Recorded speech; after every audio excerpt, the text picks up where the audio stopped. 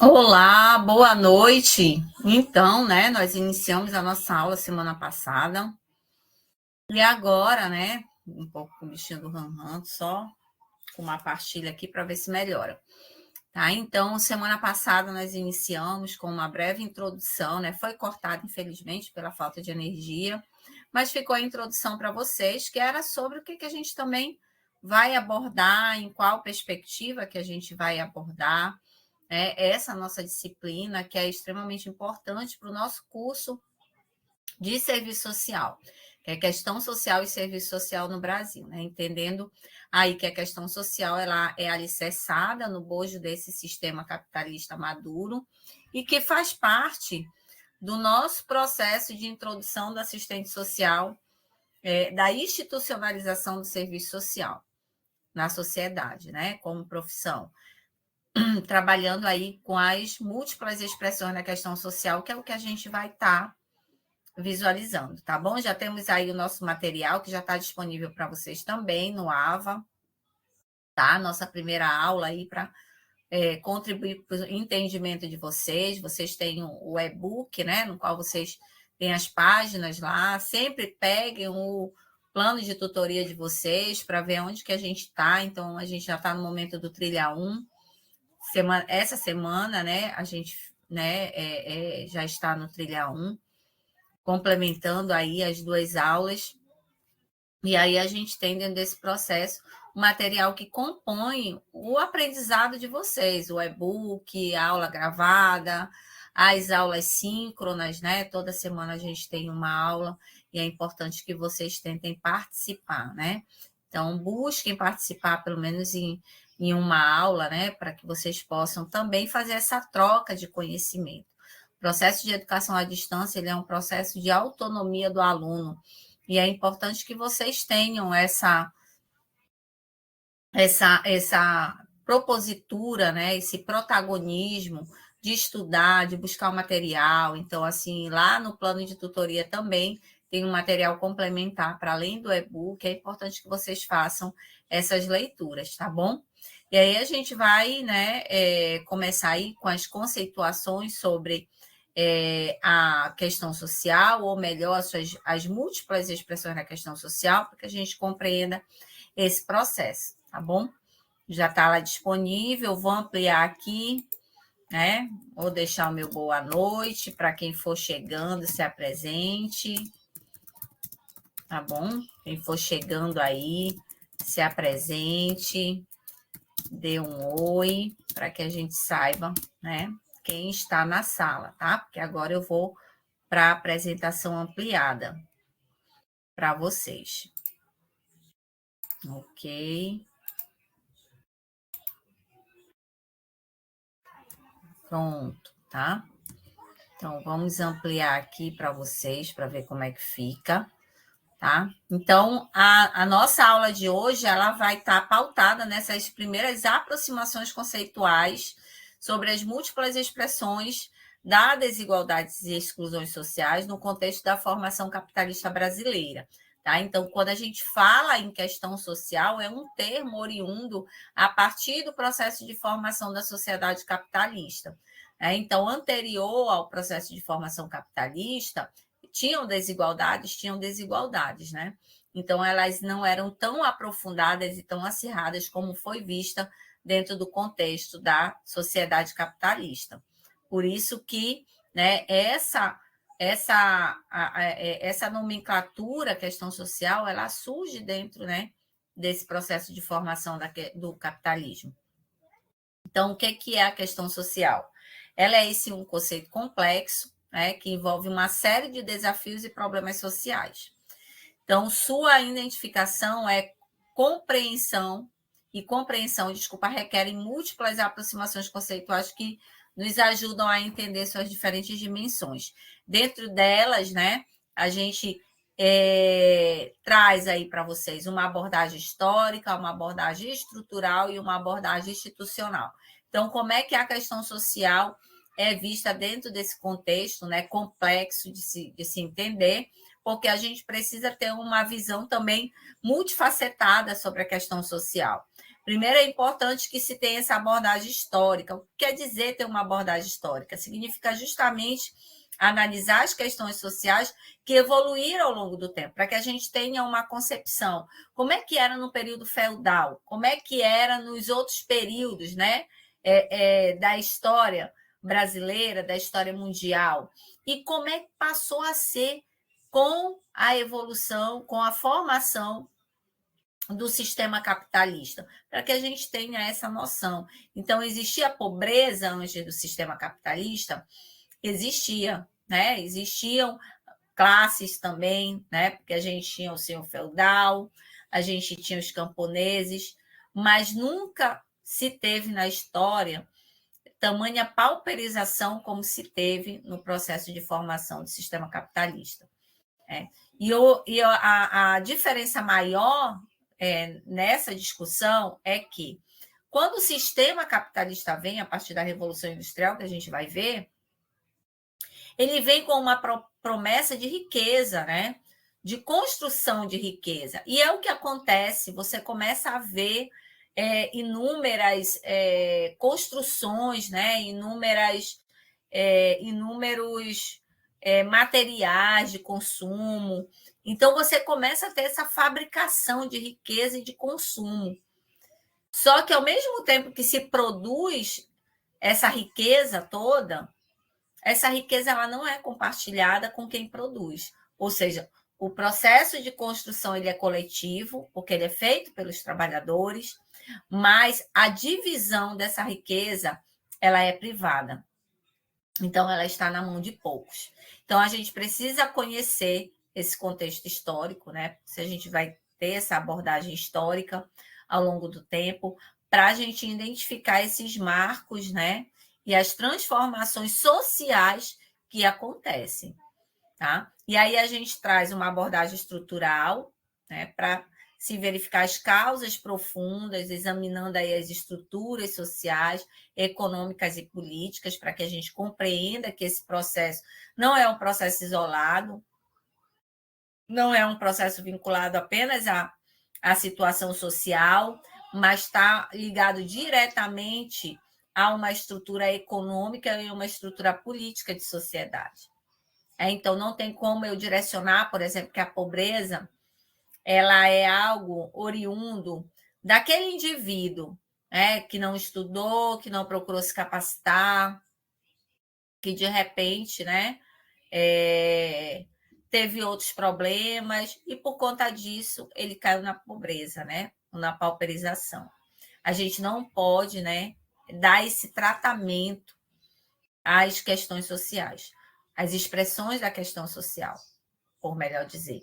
A gente precisa olhar ela dentro dessa estrutura econômico e política, que direciona, muitas vezes, quem vai entrar, né, no campo de conquistas de direitos, de dignidade, e quem não vai entrar. Tá? E uma abordagem institucional, porque a gente visa analisar também como as instituições sociais contribuem para a resolução ou para o agravamento dos problemas. E nós estamos lá dentro das instituições, né? Nós fazemos parte desse contexto, tá? E para isso a gente tem as dimensões múltiplas da questão social que a gente precisa analisar. Primeiro, entender que ela é multidimensional, ela abrange a pobreza, desigualdade de gênero, discriminação racial, desemprego, falta de moradia, considerando a interconexão desses problemas, né? Então, eles não estão isolados ou desmembrados. Eles estão conectados também com essas estruturas sociais, econômicas e políticas. E dentro deles há uma conexão. Então, quando a gente fala, por exemplo, de discriminação racial, a gente também está ligando ela à desigualdade de gênero, ao desemprego. Né? Então, vamos pegar aqui a questão da mulher que tem sido fortemente debatida, né? E é a área que eu atuo, né? Se a gente pega a situação das mulheres, as mulheres, né, não ocupavam determinados espaços e por conta disso hoje ainda estamos, né, galgando a igualdade entre homens e mulheres dentro da sociedade. Então, não é algo que foi pensado. Né? Era naturalizado a desigualdade entre homens e mulheres em uma posição submissa, né, abaixo das mulheres. Né? Então, se a gente pega a situação das mulheres e vai, por exemplo, para a questão do feminicídio, nós temos mais de 60% das mulheres são negras. Olha aí, né? Discriminação racial. E são mulheres, né? Quando a gente fala de violência doméstica familiar, a maioria das pessoas que morrem no contexto da violência doméstica familiar são mulheres. Então, tem uma ligação com a questão de gênero. A violência doméstica ela está ligada à questão de gênero. A questão da pobreza também está ligada à questão da mulher. Por quê? Porque as mulheres elas não tinham acesso ao mercado de trabalho. Então, tudo que está sendo feito agora é uma reparação de danos também. Só que as mulheres ainda ocupam cargos mais fáceis de serem demitidos. Então, dentro de uma crise econômica, as primeiras que ficam desempregadas são as mulheres, porque as mulheres têm filhos, porque as mulheres menstruam, porque as mulheres são responsáveis pelo lar, pelas crianças. Então, o mercado ele quer pessoas que não tenham essas preocupações. Não por menos, quando a gente vê uma mulher muito bem-sucedida, isso não é regra, né? Mas é a maioria. Elas geralmente tiveram que abandonar a sua vida, né, familiar, sua vida social, elas tiveram que deixar de lado, para elas se empenharem totalmente ao trabalho, para elas poderem, né, alcançar, né, um patamar de cargos de liderança dentro da empresa. Então, essas questões elas são imbricadas, né? Elas são, como diz uma autora de gênero, né? Ela é Edith Safeotti, ela fala que é como se fosse um nó, né? Elas estão relacionadas, elas estão interconectadas, né? Então, nós temos um perfil da população negra que está no desemprego. Se você vai ver quem são as pessoas que estão no desemprego, são pessoas negras. Aí já tem a discriminação racial. É agravado, muitas vezes, a situação para as mulheres negras, como eu já acabei de falar. Quando você vai para as pessoas da periferia, a maior parte da periferia que estão com falta de moradia são pessoas negras, né? Então, isso é histórico, porque o Brasil teve mais de 300 anos de escravidão e não houve uma política de reparação de danos quando houve a abolição da escravidão. Simplesmente foram deixados de lado e se virassem a própria sorte. Como, né? Então, assim, tudo isso está relacionado e a gente precisa ter essa visão, né, de conexão entre esses fatores. Aí a gente tem a cultural e simbólica. Essa dimensão cultural e simbólica, ela fala muito daquilo que está no nosso subjetivo, porque ela vai examinar como as normas, valores e representações culturais influenciam a percepção das questões sociais. Então, quando a gente tem uma abordagem policial com um negro no meio da rua à noite, vocês hão de convir comigo que vai ser uma abordagem, né, ríspida, assim como a gente viu os casos dos Estados Unidos, né, do Brasil, contra as pessoas negras, extremamente violento. Por quê? Porque já se tem uma percepção que aquelas pessoas são perigosas. Já foi criado que essas pessoas são perigosas. Mas por que é considerado que essas pessoas são perigosas? Porque essas pessoas estão na margem do desemprego, elas estão na linha da desigualdade social. A elas falta, né, condições de moradia, a elas faltam condições de dignidade. E acaba que muitas delas se envolvem no crime para sobreviver. E aqui eu não vou justificar o crime, tá? Mas a gente coloca um grupo específico nessa linha do crime. Então, essas normas, os valores, as representações culturais, elas falam muito, né, sobre a questão social e a forma com que a gente olha sobre ela. Política e políticas públicas, né? Então, considera como ações governamentais e políticas sociais afetam a questão social. Tá? E aí a gente vai ver como é que são direcionadas as decisões políticas, né? Como é que foram pensadas o início das políticas sociais, que aqui a gente só dá uma pincelada, porque a gente tem disciplina específica para isso, para que a gente possa verificar como é que os governos pensaram, né, as políticas sociais. E aí a gente vem para né, com a influência direta dos direitos humanos e do que seja a justiça social. Né? Então, a questão social ela pode ser vista à luz dos direitos humanos, né? Analisando como a falta de acesso a recursos básicos, né, e oportunidades viola os direitos fundamentais das pessoas e grupos vulneráveis. Então, a gente também tem um processo de evolução dos direitos humanos, que foi a disciplina que alguns já podem ter visto, né? Então, quando a gente tem a conquista dos direitos humanos, isso é um ponto crucial para que a gente comece a entender que as expressões da questão social, desemprego, né?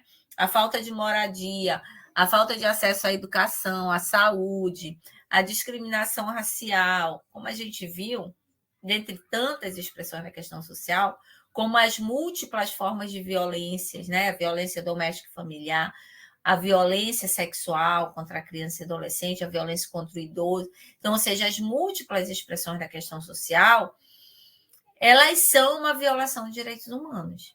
Então, a gente tem um grande guarda-chuva, né? Que são os direitos humanos, e que se busca pela justiça social para esses grupos vulneráveis.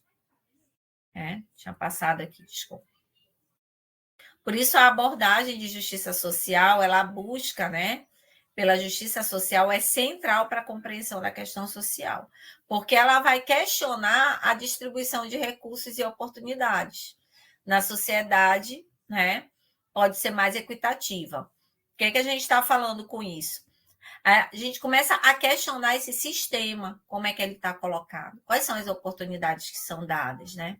Qual é a distribuição desses recursos? Então, a gente sabe que hoje, a partir de todo o estudo sobre a economia, sobre o sistema capitalista, as pessoas elas não têm acesso a tudo que elas trabalham, a todo o trabalho desenvolvido, que Marx vai chamar lá de mais-valia, absoluta ou relativa. Então, elas não têm acesso a essa riqueza que é produzida, como eu falei lá no começo, que é a grande dicotomia do sistema capitalista. A riqueza, ela é produzida, sim, ela é produzida, né? Mas ela também gera pobreza, porque ela gerou uma mudança social, econômica, cultural e política na sociedade. Então, a gente vai ver que as pessoas tiveram que mudar o seu ritmo de vida para atender isso dentro de uma obrigação mesmo, né? As pessoas são empurradas dentro desse processo e acabaram saindo de seus suportes, mesmo que pequenos, né? E caindo numa pauperização. Porque as grandes cidades, as grandes metrópoles, elas não conseguiram comportar a explosão que foi a Revolução Industrial. Então, é importante se refletir que a justiça social ela traz esse questionamento sobre essa divisão da riqueza, divisão, né, a distribuição dos recursos e as oportunidades que devem ser mais equitativas. Então, a gente não pode ter um pensamento corrompido, né, ou até fadado à conformação, né, que é uma tática do sistema capitalista, a conformação para a população, né, do lugar que elas ocupam, né, do quanto que elas podem alcançar nessa sociedade, para que justamente não ocorram as reivindicações, né, para que justamente não ocorram os conflitos entre as classes sociais. E é aí que entra o serviço social que a gente vai ver. Então, aí, ó, bora ver aí as origens da questão social, que tem origem lá no século XVIII. Esse garotinho, né, tão bonitinho montando, né? Mas ali atrás, olha, muita gente, né? Muita gente trabalhando. Então, a questão social ela está profundamente entrelaçada com a história do surgimento do progresso capitalista, né? Com a Revolução Industrial. Para compreender o cenário contemporâneo, a gente vai aí abordar Revolução Industrial, Revolução Francesa, né? E a própria globalização do capitalismo. Então, a Revolução Francesa ela trouxe transformações políticas e sociais, que partiu lá da Europa, né? Revolução Francesa, França.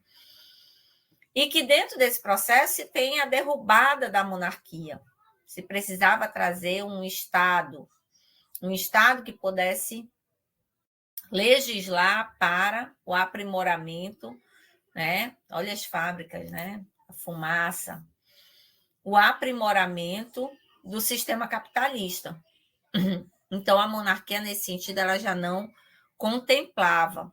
E aí tem uma mobilização, né, pelos direitos, né, pelos direitos humanos, nesse sentido já começam a entrar aí os direitos civis e os direitos políticos, porque tinha que se ter essa mudança do sistema, tirar a monarquia e entrar o Estado, né, de direito, com seus três entes, né, federativos, o Estado, o Executivo, o Legislativo e o Judiciário, era primordial para concretizar, né, para concretizar a instalação, né, do sistema capitalista também no mundo.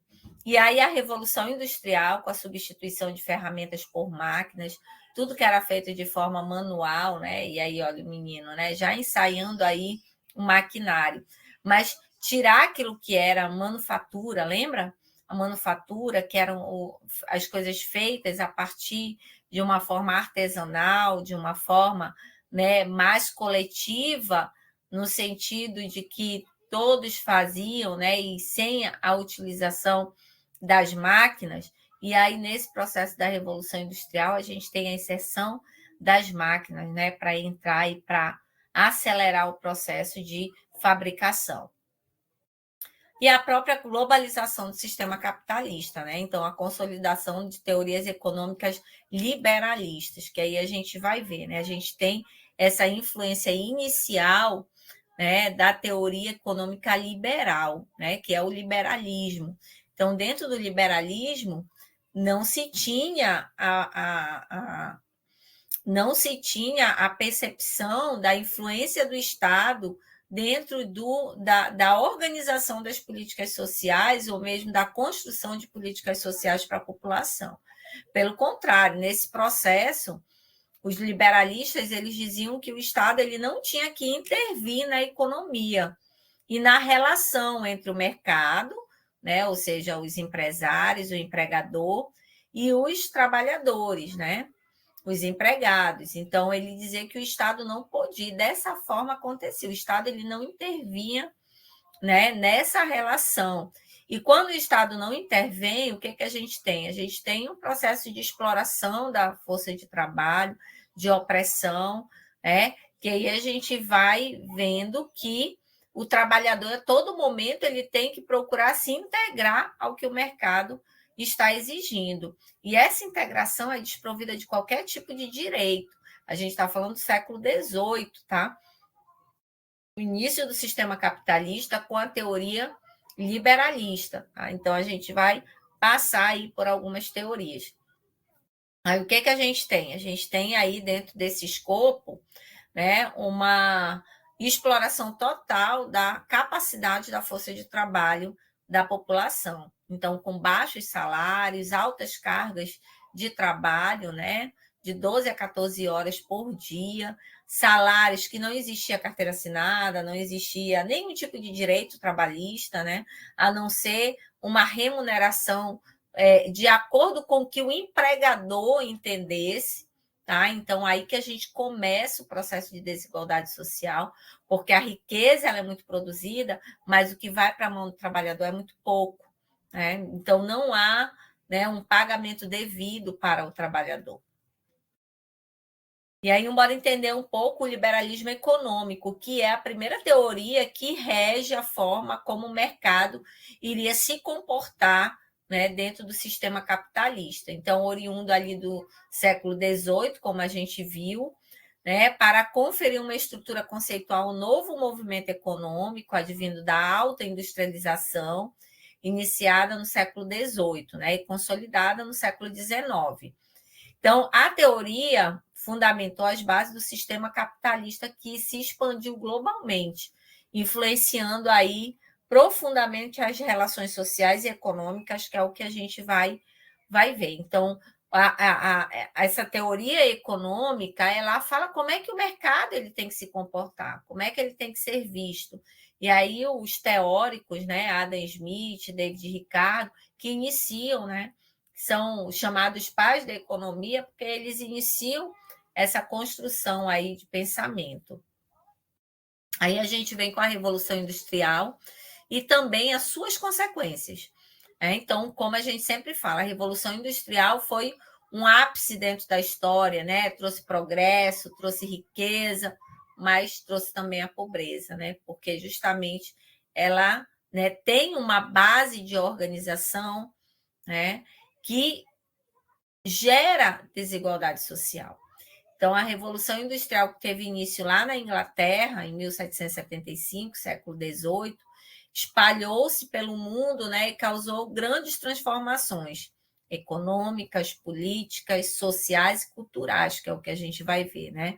Então, paralelamente a esse crescimento econômico, também emergiram aí diversas expressões da questão social, chamados também aí de problemas sociais, oriundo dessa mudança, né, econômica. Então, problemas como o pauperismo e as carências, né, a falta de acesso aos recursos, a mendicância e desvio de conduta, né, como era falado naquele momento, como era originado naquele momento, e aí a gente vai ver como é que eram vistos, né? A gente já está vendo como é que é visto a pessoa desempregada dentro desse processo, né? Então, o Estado ele tinha que combater também essa mendicância. Essa mendicância era vista como desvio de conduta, tá? Acabou que o texto aqui não explicou direito. Desemprego maciço, péssimas condições de trabalho, né? Então, ela gera também essas, né, essas questões negativas. Características da Revolução Industrial, né? Então, a gente tem aí, dentro do processo histórico de transformação econômico e social, inserindo aí esse novo modelo, esse modo de produção capitalista que passou a dominar na sociedade, né? Então, a gente, né, vai acabando aí com o feudalismo, né, que é o último antes do sistema capitalista, e ingressando nesse novo modo, né, de produção. A produção em escala, né, uma característica da Revolução Industrial, para o mercado mundial com o uso intensivo de máquinas. Então, as pessoas perdem o acesso à construção total de qualquer tipo de material que esteja sendo construído, com alta concentração de operários, né, trabalhadores reunidos em fábricas e centros industriais.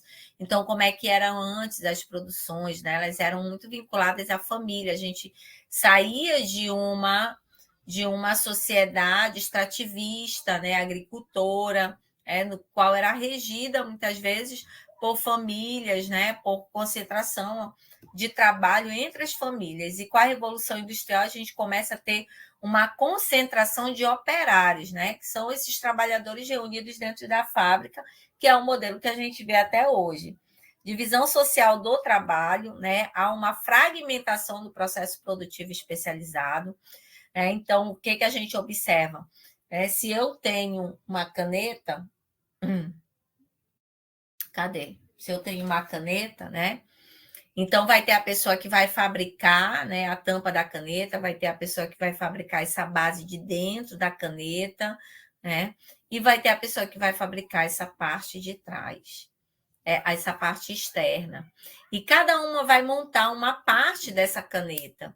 E no final, esse produto ele é desconhecido pelo trabalhador, porque cada um fez uma parte daquele trabalho.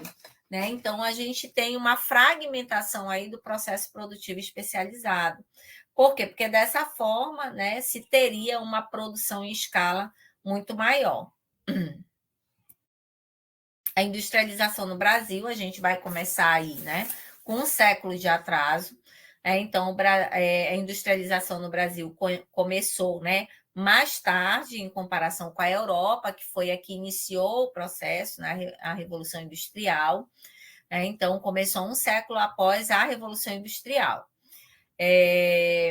Embora ainda, né, nós tivéssemos muita manufatura, né, aquele trabalho mais manual do século XIX, a industrialização ela ganhou um impulso significativo no século XX. Então, vejam aí que a gente começa lá no século XVII, século XVIII, século XIX, né, porque foi final do século XVII que começa a Revolução Industrial, ela se consolida mesmo no século XVIII. No Brasil, ela vem para o século XIX, mas só tem impulso mesmo no século XX. Né?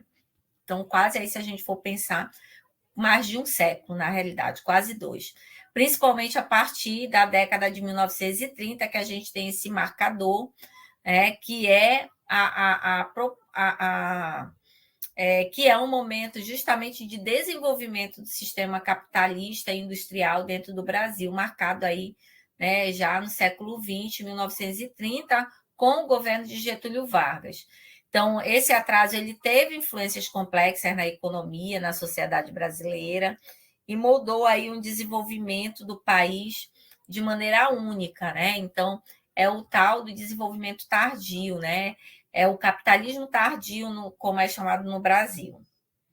E a gente vai ver aí um pouco da nossa história, bora lá relembrar lá, né?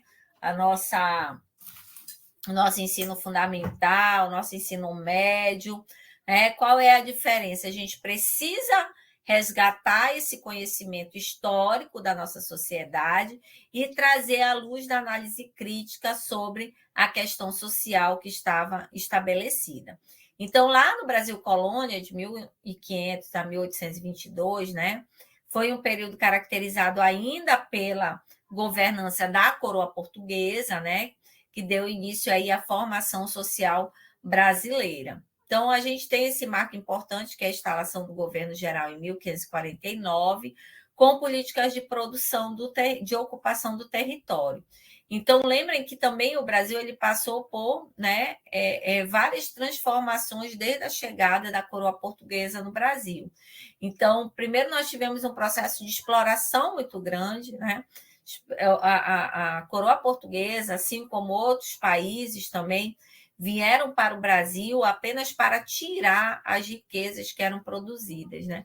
E somente depois foi se pensando nas capitanias e que depois geraram os estados e que se pensou, né, em fazer realmente do Brasil uma colônia de ocupação, né, e não somente uma colônia de exploração.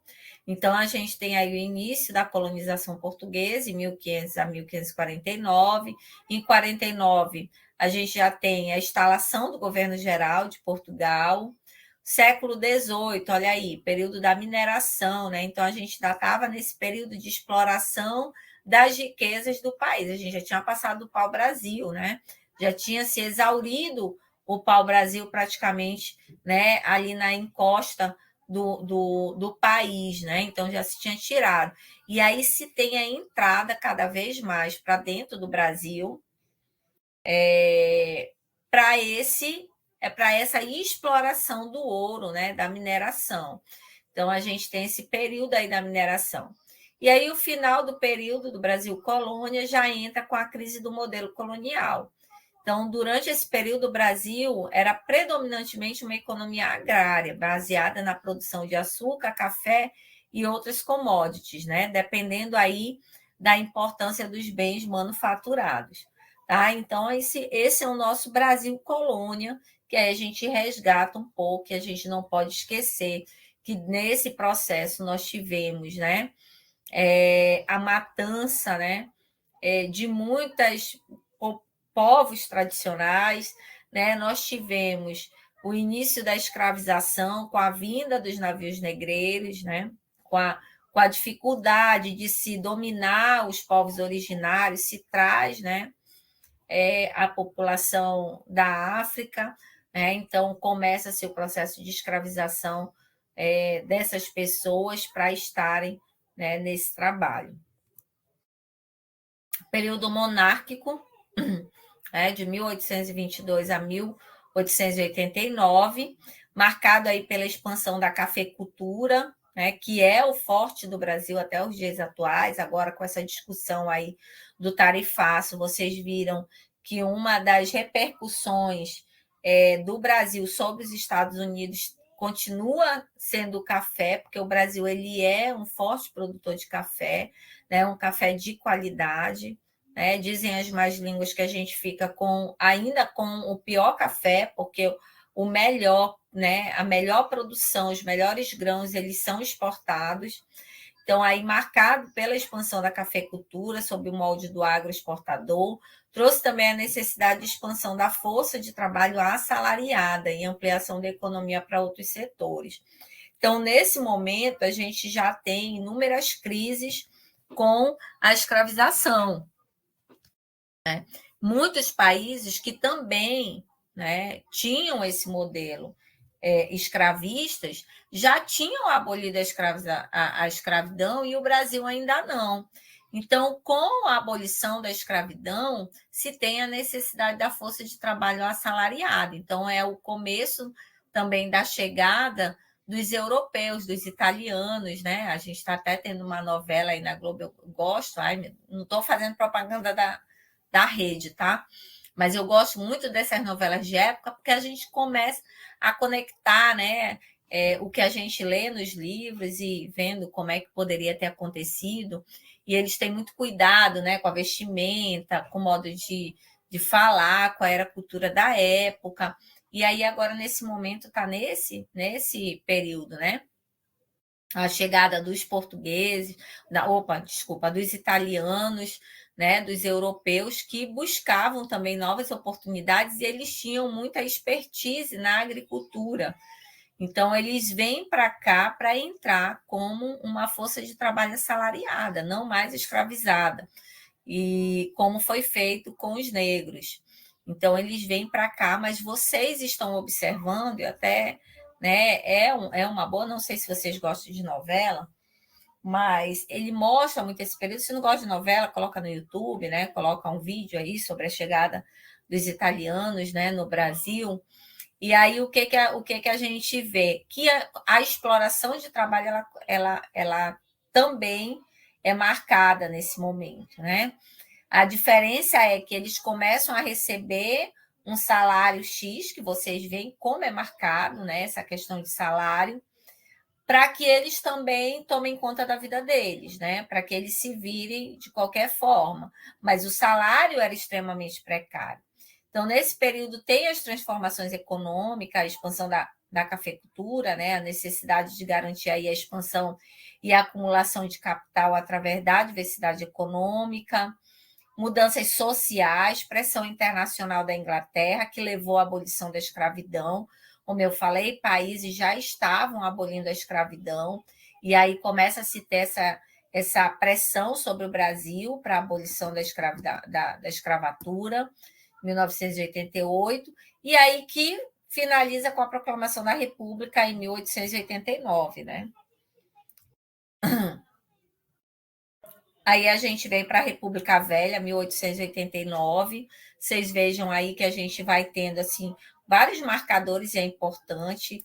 Olha aí, quando a gente pega aí, né, o momento da escravidão, que vai finalizar somente em 1888, lembrem que ela ainda começa lá no período colonial, tá? Então é muito tempo de escravidão. Deixa eu só pegar aqui para vocês um dado rapidinho. para que eu possa colocar para vocês, tá? Porque a gente vocês precisam marcar.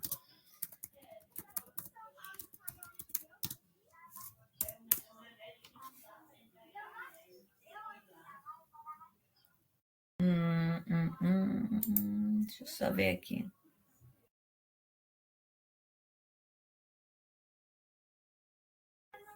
Tá. Só para trazer aqui uma data certinha para vocês, né? Para a gente compreender que esse processo de escravização ele durou por muito tempo, né? Foram mais de 300 anos de escravização e ele só foi abolido em decorrência também das pressões internacionais. Aqui. Olha, mais de 4 milhões de africanos, né, foram forçados ao trabalho em diversas atividades, cana-de-açúcar, minas e fazendas de café, como a gente viu, essa transição da economia que foi feita, né, dentro do Brasil, e a gente só teve a abolição mesmo, né, dia 13 de maio de 1988. E esses primeiros africanos escravizados, eles chegaram no Brasil em 1530, né? Então foram mais de 300 anos de trabalho escravo no Brasil. Tá? Só para que a gente tenha uma noção aí do tempo de escravização que teve no Brasil e que isso tem um reflexo até hoje na forma de vida da população, né? Que é excluída, né, das políticas sociais, tá bom? Oh, meu Deus, foi muito para lá, né? Então, final do período monárquico aí marcado pela abolição da escravatura, lembrando que a escravidão ela ainda começa lá no período colonial, né? Com a crise da própria população local, né? Com os povos originários que foram dizimados e os que, né? Tentavam lutar contra a escravidão, porque era a ideia escravizar também os povos originários, eles migraram cada vez mais para a floresta. E o que jogou a favor deles é que eles conheciam o território, né? Os povos originários é que conheciam os territórios. E aí, quando chegam os primeiros navios negreiros, eles vêm com uma ideia de progresso, mas eles são, né, trazidos para escravização mesmo, né? Para trabalhar e para serem vendidos. E aí a gente começa o período, né, da República Velha, marcado aí por Floriano Peixoto e Marechal Deodoro, né? Começa com Marechal Deodoro. Então, o período da constituição do capitalismo no Brasil, né, com o aumento da industrialização, e aí que a gente começa a ver, né, os primeiros sintomas do sistema capitalista. Destaca aí pela expansão da indústria no café, têxtil e de alimentos. Então, esse é o período da industrialização, né? O governo incentivou a instalação de fábricas e importação de tecnologia estrangeira. E aí vem a imigração. Os europeus contribuíram para o crescimento da mão de obra urbana.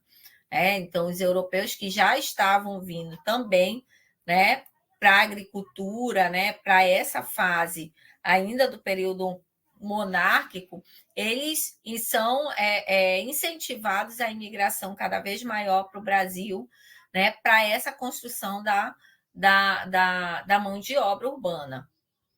E com isso, lógico, começam a surgir os vários conflitos sociais. É o início da superexploração. Então, diversos conflitos urbanos são tratados com repressão, que era a forma política de se olhar sobre a questão social daquele momento.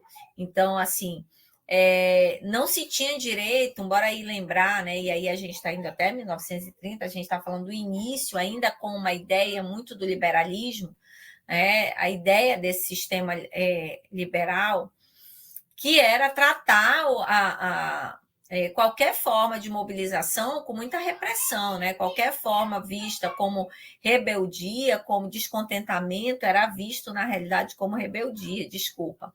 Então, eles começam, a população, né, a classe trabalhadora começa a se mobilizar, e aí os conflitos, eles começam a surgir e eles são tratados, né, com muita repressão.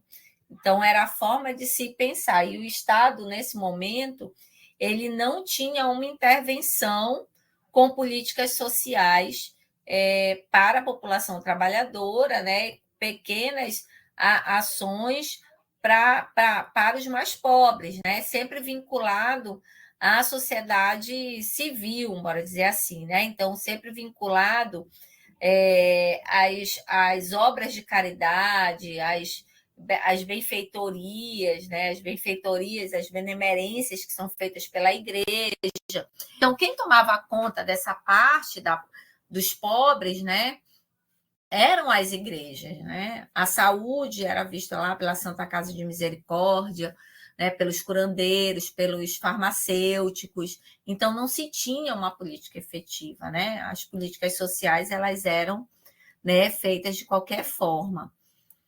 Mas surge um resultado, né? Porque a partir das mobilizações, e essas que não estão descontextualizadas, né, de uma mobilização também em outros países da classe trabalhadora, isso tem um reflexo também para o país. E ainda na República Velha, a gente pode constatar aí, nós tivemos, né, a mudança, inclusive, da nossa bandeira brasileira. Então, vocês veem aí a nossa primeira bandeira, né, o modelo da segunda bandeira, e, né, culminando aí na bandeira que é até hoje, né, uma bandeira de cunho positivista, com a palavra ordem e progresso, que eram a ordem, né, da Revolução Industrial. Então, no aspecto político, o controle do governo ocorreu inicialmente pelos militares, período denominado aí República da Espada, foi de 1889 a 1894, né? Então, cultura do café em São Paulo e da pecuária em Minas Gerais, tempos de política do café com leite, né, como era conhecida. Então, isso está instalado lá na República Velha. Com o golpe liderado, então, pelos militares, né, em 1889, para a proclamação da República, algumas providências aí foram tomadas, como a expulsão da família real. Então, se estabelece agora um novo regime, né? E a formação de um governo para um novo regime. E com isso começaram-se, né, os decretos de lei, então a formação do Estado de Direito do Brasil, né? Então, que aconteceu lá na época da Revolução Francesa, né? Com a Revolução Francesa veio o Estado Democrático de Direito, veio o Estado de Direito, né? No Brasil, isso só ocorre com a proclamação da República, né, com a expulsão da família real e a formação do governo para esse regime. E aí vem os decretos-lei, né, devido à anulação da Constituição de 1824, até que fosse feita uma nova Constituição, que a gente vai culminar com a Constituição de 88.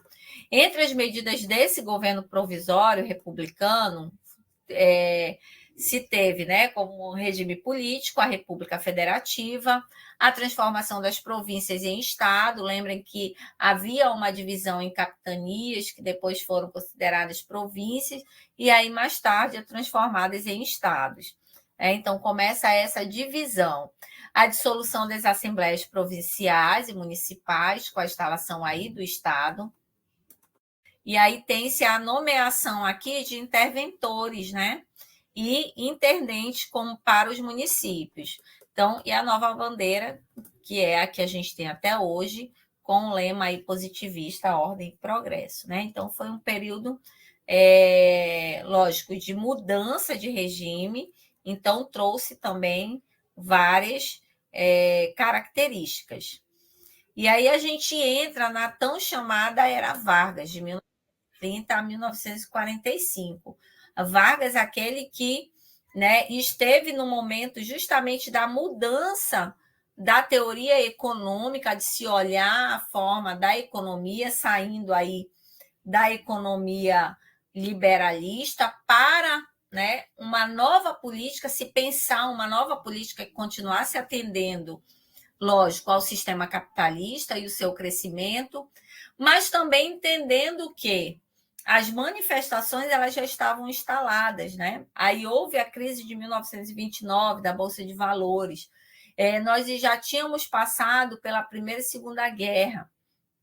Então, já tinha aí todo um histórico, né, que estava comprometendo também o sistema capitalista e a grande produção. Então, se tem a instalação se traz, né, nesse período, uma nova teoria econômica, que é a de Keynes, né, a teoria keynesiana, pensando o estado de bem-estar social. E isso favorece muito o governo Getúlio Vargas, porque é um momento que se percebe que é necessário a intervenção do Estado. Então, o Estado antes pensado, né, como um Estado neutro, que não podia intervir na relação entre o mercado e a classe trabalhadora, a partir desse momento, com a nova teoria, a teoria keynesiana, o Estado ele já passa a entrar nesse processo. Por quê? Porque se precisava fazer essa mediação de conflitos entre a classe trabalhadora e o mercado. E é aí que o serviço social também entra, mas a gente ainda não vai entrar nesse momento, nessa história. Tá? Então, começam-se aí os avanços dentro das políticas sociais, porque a gente passa a ter um Estado que passa a intervir nas políticas sociais. Então, durante esse governo, o governo do Getúlio Vargas, tem esse impulso na industrialização, porque o capitalismo, né, a industrialização que estava fraquejando em decorrência das guerras mundiais, da crise de 1929 da Bolsa de Valores, agora ela retoma o seu crescimento, né, com a criação de empresas estatais, a implementação de políticas protecionistas, lógico, que promoveram aí a produção nacional. Então, a gente tem aí um sistema que atende, né, essas indústrias que vêm para o Brasil se instalar. E aí a gente tem esses dois marcadores, né, dentro da era Vargas: a criação da Companhia Siderúrgica Nacional e as políticas protecionistas, né, de promoção da produção nacional. Então, dois marcadores para a era Vargas. A gente entra no processo da industrialização restringida, né, que é um período fundamental, de 1930 a 56, das relações do trabalho no Brasil. E começam a atrair também parcelas dos trabalhadores rurais para os centros urbanos. E como é que era a composição do operariado aí, né? Tinha a empresa têxtil, olha a significação dela, né? Produtos alimentares, aí a gente vem para um azul ainda escuro, a gente pega da direita para a esquerda, tá? A metalurgia, ai meu Deus, estou lendo errado, metalúrgia, né? Minerais e não metálicos, vestuários e calçados, e os outros que são, né, de também necessidade da população. Né? Então, a composição dos operários mudou com o aumento da composição também, da importância das indústrias metalúrgicas e declínio das têxteis e alimentares. Então, lá no início da Revolução Industrial, a grande potência das indústrias eram as indústrias têxteis e alimentares. E aí depois vai se mudando, né, para os metalúrgicos, as metalúrgicas, né, os minerais também metálicos, e a gente começa a ter uma transformação também no mercado. E as grandes transformações da década de 30, a gente pode sinalizar aí, né, como a substituição de importações, aí o incentivo à produção nacional de bens anteriormente importados, uma indústria de base, ou seja, um desenvolvimento de setores como a siderúrgia, a petroquímica e a própria energia elétrica, aí com a criação das redes, né, de energia, a urbanização, e isso caracterizado fortemente com a migração da população rural para a cidade, né, em busca de trabalho, em busca de melhores condições de vida. Então, a gente começa a ter uma questão migratória muito grande. Então, o Nordeste migrando para o Norte, migrando para o Sudeste, né? Então, para São Paulo, com a Zona Franca de Manaus, há também uma grande concentração, né, de migrantes para a cidade de Manaus, tanto vindo dos municípios do próprio estado do Amazonas, como também vindos de outros estados. E a formação da classe trabalhadora, né? Então, há um sentimento agora de crescimento e luta por direitos trabalhistas e sindicais. É o momento que a classe trabalhadora começa a se identificar enquanto classe, né? Ou seja, ela passa a interagir e a pensar enquanto um grupo coletivo, não mais de forma individualizada, como era antes, né, no início da industrialização, até um processo de formação de consciência de classe, então, que desencadeou aí na década de 30. A industrialização pesada, de 1956 a 1961, essa fase da indústria pesada no Brasil, ela foi concentrada na questão automobilística, petroquímica e de bens de consumos duráveis, né? Então, o governo aí incentivou a entrada de empresas multinacionais no país, consolidando o sistema capitalista. Então, entra aí a Ford, né? Então, tem uma história também da produção, né, de Ford no Pará. Até indico, posso colocar depois aqui para vocês uma série que eu assisti, né, que se passa lá no Pará. Então, esse período marca aí a consolidação definitiva do sistema capitalista no Brasil, né, com profundas transformações na estrutura produtiva nacional, né, com a entrada aí automobilística. E aí se vem no momento seguinte, então, pensem que a gente está em plena consolidação dos direitos a partir da década de 30, dos direitos trabalhistas, a retomada do crescimento da industrialização, aí finalizando com a industrialização pesada em 56 e 61, mas aí vem o golpe, né, de Estado, a ditadura militar, em 64, que é um regime político caracterizado fortemente pela repressão e pela criminalização das lutas sociais. Então, todos aqueles direitos conquistados de greve, de mobilização, né, de reivindicação, eles são fortemente criminalizados dentro da ditadura militar. E, portanto, a gente tem aí, né, uma baixa nos direitos sociais. A gente tem aí, né, uma baixa nas políticas sociais, e na própria, e lógico, com grande influência na qualidade de vida do trabalhador. Então, na década de 30, com o reaquecimento, né, do sistema, com a industrialização, né, com a empregabilidade, com os direitos conquistados, trabalhistas, a população trabalhadora ela estava menos em conflito. E a partir da ditadura militar, direitos começam a ser retirados, direitos de todas as naturezas, né? Então, da classe trabalhadora, lógico, da população, do civil, é tirado com bastante agressividade, né? A partir da repressão mesmo e da criminalização dessas lutas sociais. Então, tem um aumento da burocracia estatal, o crescimento das desigualdades sociais e regionais, ao mesmo tempo que eles tentam manter o crescimento e o desenvolvimento do Estado, da economia do Estado, a partir de empréstimos, né, ao Fundo Monetário Internacional, que é uma figura que entra nesse período, né, o Fundo Monetário Internacional, chamado FMI. Então, o Estado, nesse período da ditadura militar, ele começa a fazer grandes empréstimos ao FMI, né, criando aí uma dívida externa exorbitante, e que esse desenvolvimento, lógico, ele não é, né, ligado para a população como um todo. Né? Você vê um Brasil crescendo, se desenvolvendo em termos de estrutura, mas você não vê, né, esse desenvolvimento na bolsa, no bolso, desculpa, do trabalhador.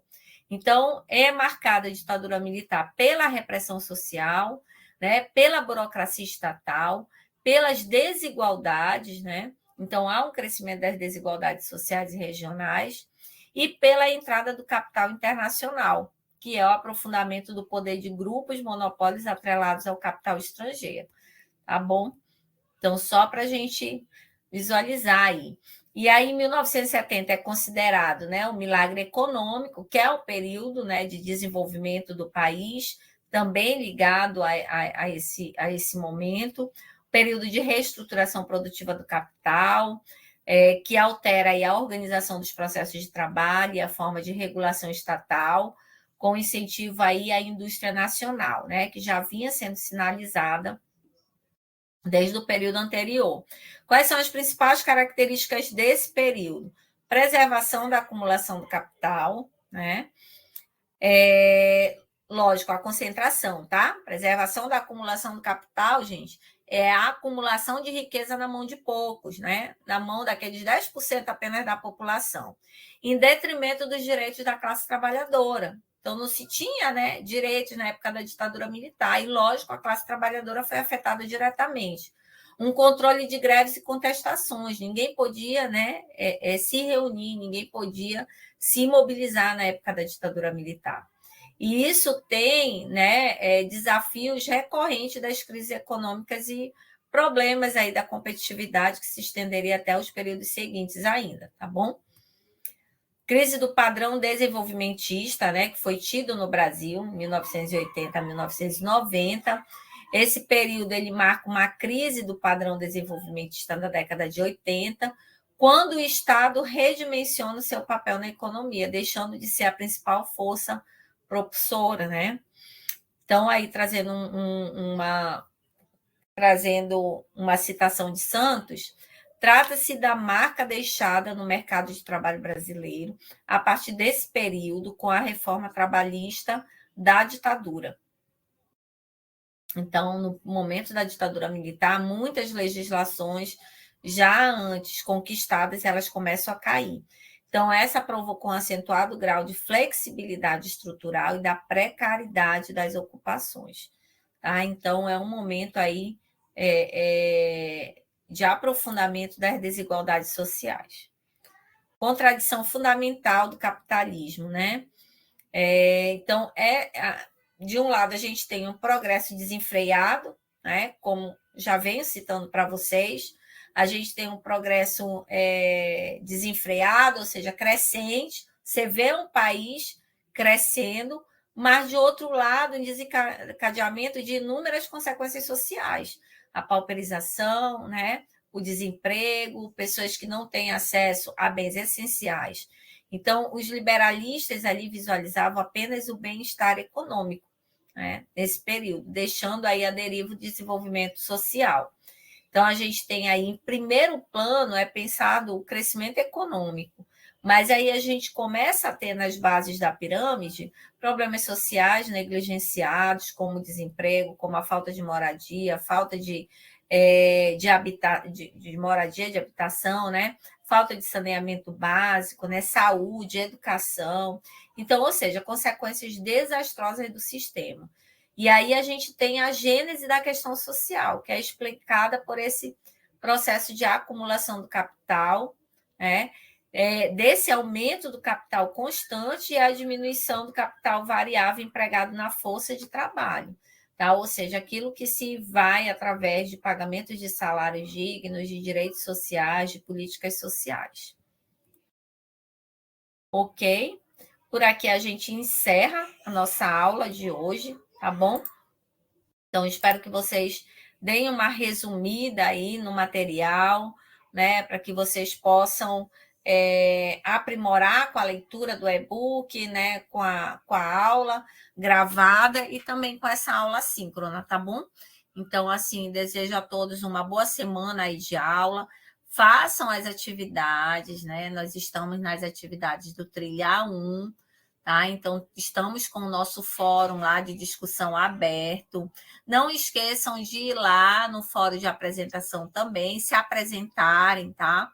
Para a gente se conhecer um pouquinho melhor.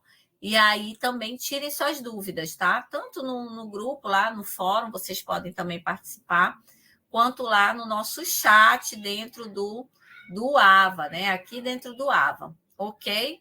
Então, uma boa semana aí para vocês, bons estudos, tá? E força nas atividades.